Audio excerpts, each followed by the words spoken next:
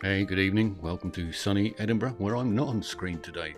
But this is just a quick recording for Johnny, who had asked whether it's possible to change the colour of these animated overlays texts that I put out for free. So the answer is I could go and recreate all of these graphics and change the colours to exact colours for Johnny's project, but I would have to go and repurpose and recreate 25 different versions of all of the files to get them the exact color. So that's quite a long task. Not impossible, but it is a long task to go change all of the colors and then re-render all of these little mini videos. So what I thought I'd show you is a way that you can approximately change the colors in each of these. So let me go into live demo mode. So turning on live demo mode, and I will scroll in over here to get this as big as possible. And here's my video, and this is what it looks like at the moment, mainly black and white. And if you have a look in my overlays here, I've also got a rectangle on this one, which we'll come back to in a minute. Let's quickly have a look at the other two types of text which I've currently dropped in for free. So this is the next one, which is again mainly black and white, and I've done that on purpose so that you can change the colors. The third one, just because of the design, it's got a bit more color in there, and therefore that one's going to be a little bit more difficult to change, or at least the changes will not be so dramatic. So let's go back up to text number 1 here, and what I've done is I've added in a rectangle and I've covered the whole screen. So let me just unhide that rectangle. If I just bring that rectangle in fact, let's just hide that for the moment. We'll bring that back in a minute. Here is my rectangle. Now at the moment it's looking like that's a black rectangle, and the reason for that is that currently that is set as a blend mode. So the blend mode is overlay. So let's just make that normal for a minute. And here is my orange, in this case overlay, or box as it's going to be, because it's going to be the thing that changes the color for me. So if I just drag that out to cover the whole screen, and it's in orange at the moment, so if I bring back that text, we're not going to see anything at all. In fact, what it has done is show me that box isn't quite big enough. So make the box a bit bigger, Martin. There we go, now it's covering the whole screen.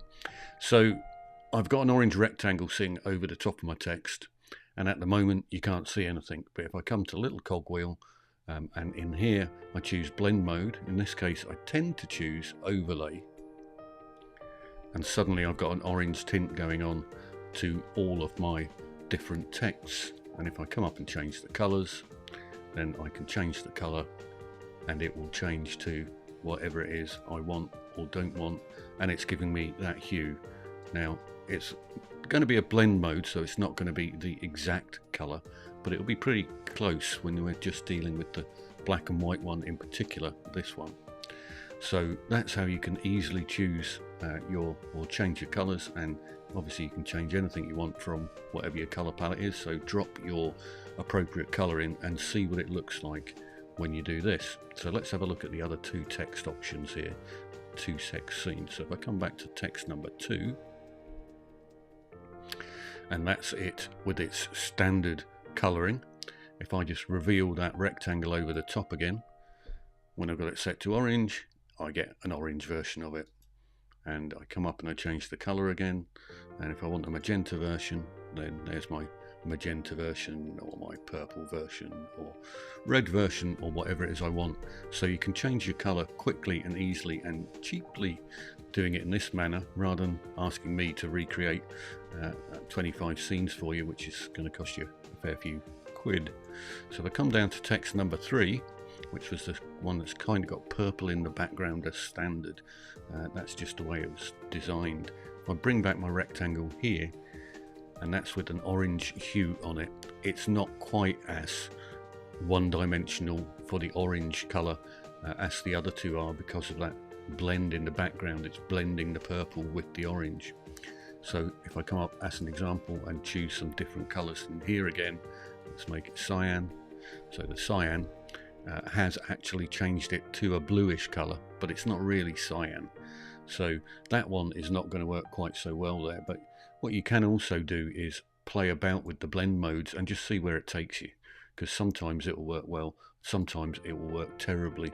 So ones that are grouped together tend to be very similar. So if I choose soft light, it's a marginal difference but not a big difference. If I choose something like difference, it's going to do something dramatic. But you can have a play about with these, because you might accidentally end up with something that works. So suddenly, although I've chosen cyan up here, it's giving this very, very red look. Let me change that color there, and again you'll see, because it's blending the colors together, that it gives you some wacky things. And that, I don't know how to predict what that color that's going to appear as. So I chose the red. You would think it would be red, but it's not. So again, it's blending the colors using the blend mode subtract in this case. So if I choose a different one again, luminosity normally makes things go pretty grey. So that's it, going grey. So that one says yellow, and it is coming out yellow. So I've chosen colour, and it's coming out kind of yellow. So by choosing that blend mode, that worked for that one.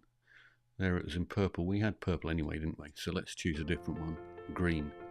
So for that particular one, it looks like blend mode colour works a little bit better. So anyway, Johnny, that's my video for you, and hopefully that's good enough to get you on brand for your show. See you later. I'll drop a link in these for anyone who hasn't seen them before, so you can go get them for free if you want to use them as well. And there is a little instructional video on my YouTube channel, so you could go watch that, which talks through how to use these within the show with automated countdowns and visible countdowns in the background, so that it jumps from one scene to the next scene. So I'm bringing all of these in as animated overlays, by the way, and that is important. So that allows me to, within the animated overlay itself, let's just unlock that for a second. Within the animated overlay itself, set that as a loop, and that allows me to change all of these blend modes as well. If I'd chosen to bring this in as a movie, then it's not going to give me all of those options to change those blend modes. So make sure you're bringing them in as animated overlays. So that's it. Okay, cheerio from Edinburgh. See you later. Bye.